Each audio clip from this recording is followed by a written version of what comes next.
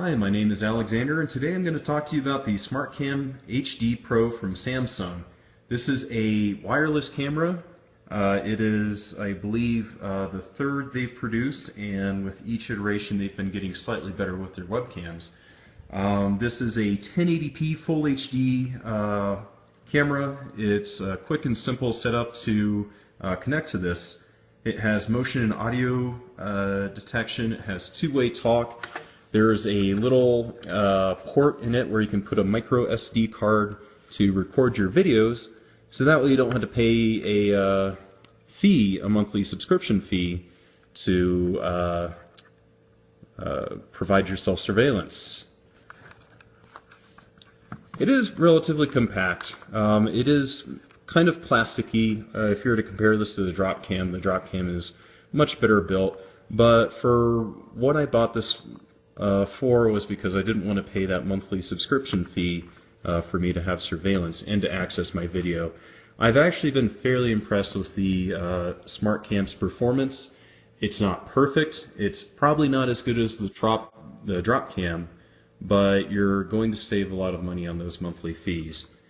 For the size, grab something good here for comparison.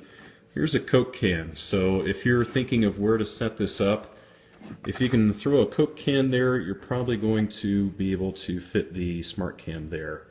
That's probably the best way I can compare the size for you. So next I'm going to talk about the app and show you some of the features of this camera and how it has worked out well for me. Now I'm going to show you the Smartcam app. Brings you to your login page, so you're just going to log in. On the bottom you can see camera, then setup, then about. That's your setup page. That's about the camera.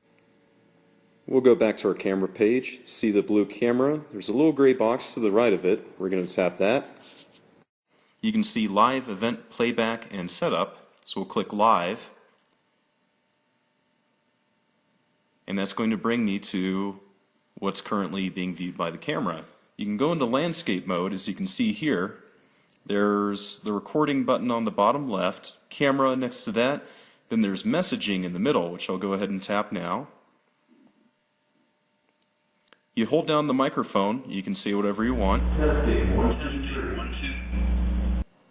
There is a little bit of echo there because I'm in the same room. Tap the icon again to get out of it. Next to that, high quality, you tap that, give it a little bit, and it will switch to a 720p mode, which on the iPhone I think would be 640p actually. You can also play music.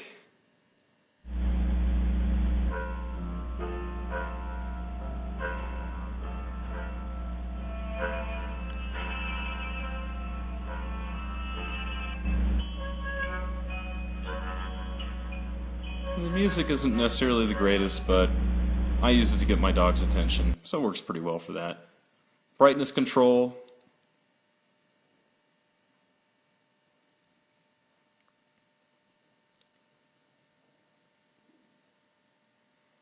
Icon next to the brightness control is going to be rotating your camera. Sometimes you'll put this camera in front of a mirror, so you'll need to invert it.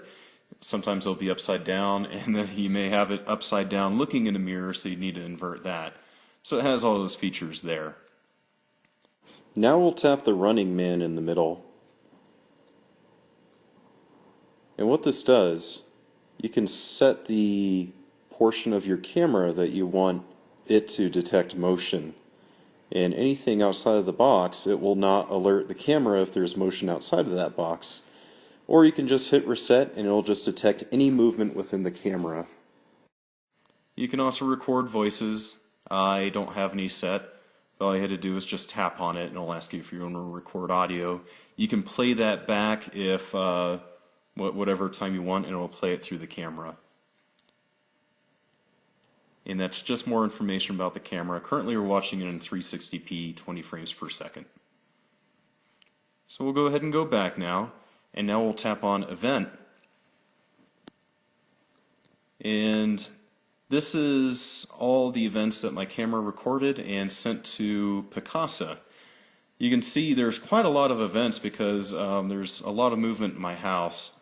So you can tap on any one of these and it will bring you to the Picasa page where you can actually view your photo. It's a great way if you want a quick mugshot of, if, say there's an intruder in your house or something like that.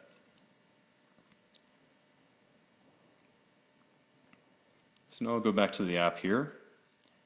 You get a lot of these. You can delete these quickly by just clicking Edit, Delete, and then you can select Delete All. That's one way to clean it up. Next we'll go to Playback.